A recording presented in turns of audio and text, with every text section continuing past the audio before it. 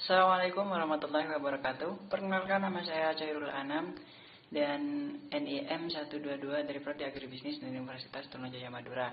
Pada video kali ini kami akan menjelaskan tentang komoditas garam oleh kelompok 11. Sebelum ke penjelasan, perkenalkan terlebih dahulu anggota dari kelompok 11, yaitu yang pertama Nur Hasyani Agustina dengan NIM 117 dan Diajeng Trikusuma Pratiwi dengan NIM 120 dan saya sendiri Chairul Anam dengan NIM 122. Untuk selanjutnya pada komoditas garam, yaitu pada agribisnis. Di sini ada 3 kegiatan, yaitu hulu, on farm, dan hilir. Pada kegiatan hulu, yaitu yang pertama ada kegiatan persiapan sarana alat untuk memperbuatan lahan garam dan perbaikan lahan garam, karena sebagian besar lahan garam ketika musim hujan difungsikan sebagai tambak ikan berkacang. Berupa alat-alat yang digunakan yaitu berupa cangkul, sekop, kincir, pipa-pipa untuk saluran air dan keperluan logistik selama perbaikan lahan. Untuk yang kedua yaitu ada proses pengeringan lahan dari air tawar. Dan untuk yang ketiga yaitu ada pemilihan areal produksi meliputi gelengan sekitar, gelengan lowaduk, pengeringan lahan pemilihan dan meja kristalisasi, saluran pemasukan atau val kanal, saluran air muda, water atau kanal, saluran air tua, low kanal, gelengan pemilihan dan gelengan penghalang, gelengan meja-meja, saluran pembuangan atau outflow kanal. Untuk yang kegiatan keempat yaitu pemeliharaan peralatan produksi, misalnya seperti pintu air, wir atau kawat pembuangan, bagging unit dan kelengkapannya, gudang penyimpanan garam, mesin penggerak dan pompa induk atau pompa air muda, mesin penggerak dan pompa air tua atau low pompa.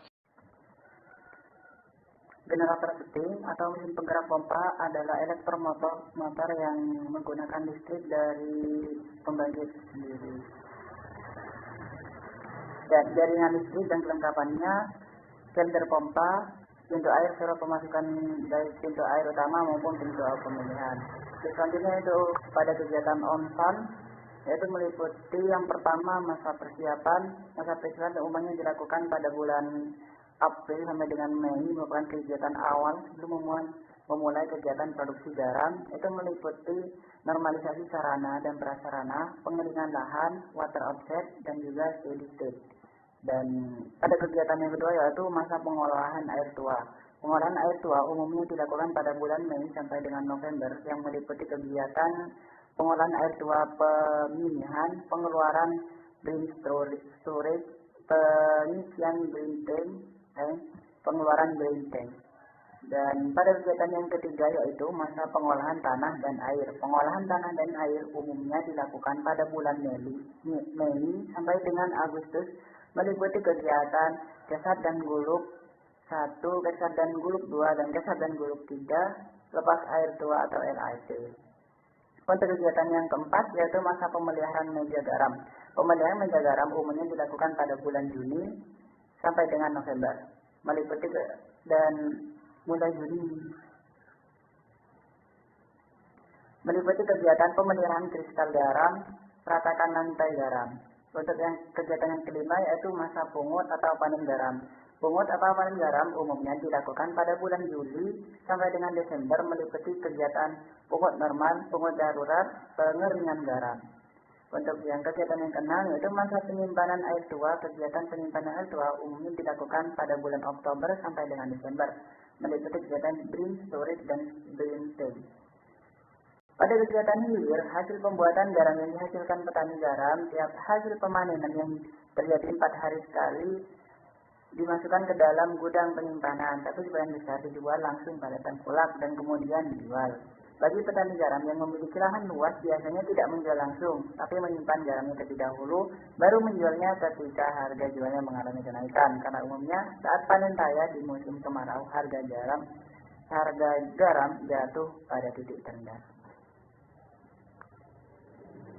Perkenalkan, nama saya Diajeng Trikusuma Pratiwi dengan NIM 1903211000020. Di sini saya akan menjelaskan mengenai potensi dan juga olahan pada komoditas garam yang ada di Kabupaten Sumeneb.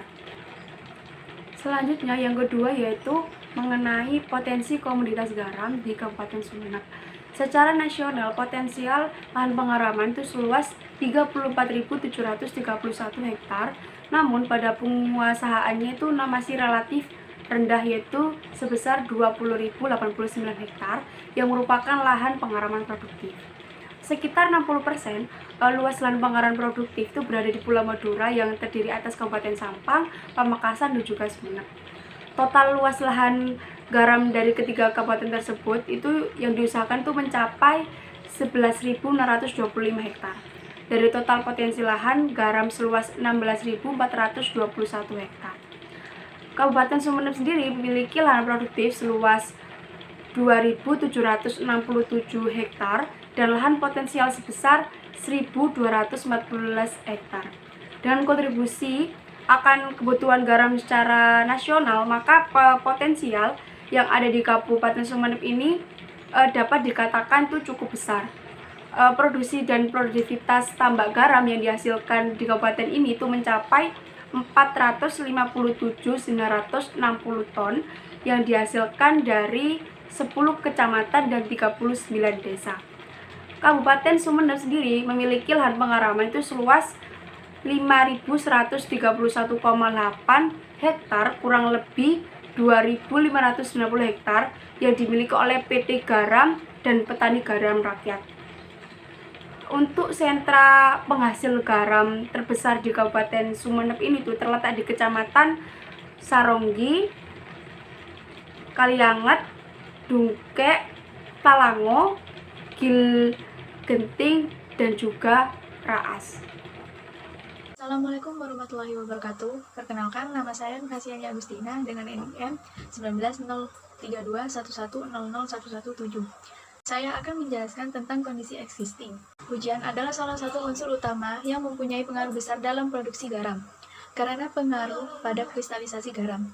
Berdasarkan data pengumpulan 10 tahun terakhir yang didapat dari beberapa kecamatan di Kabupaten Sumeneb yang dilakukan dengan metode interpolasi, diketahui bahwa penyebaran curah hujan di wilayah Sumeneb minimal 889,9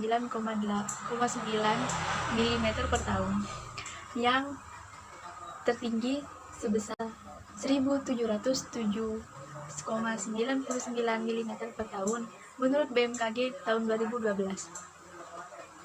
Meskipun demikian, jika cuaca tidak menentu seperti hujan dan panas tidak dapat diprediksi, maka perubahan cuaca tersebut mengakibatkan petambak garam menunda produksi atau menghentikan sementara produksinya. Jika produksi garam terus dilakukan, maka tidak akan berhasil dan akan merugikan petambak garam.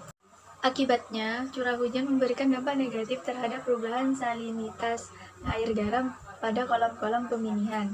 Kondisi ini dibuktikan dengan slope negatif yang dihasilkan oleh persamaan regresi antara curah hujan dengan perubahan salinitas pada masing-masing kolam peminihan. Selanjutnya, regulasi dan kebijakan.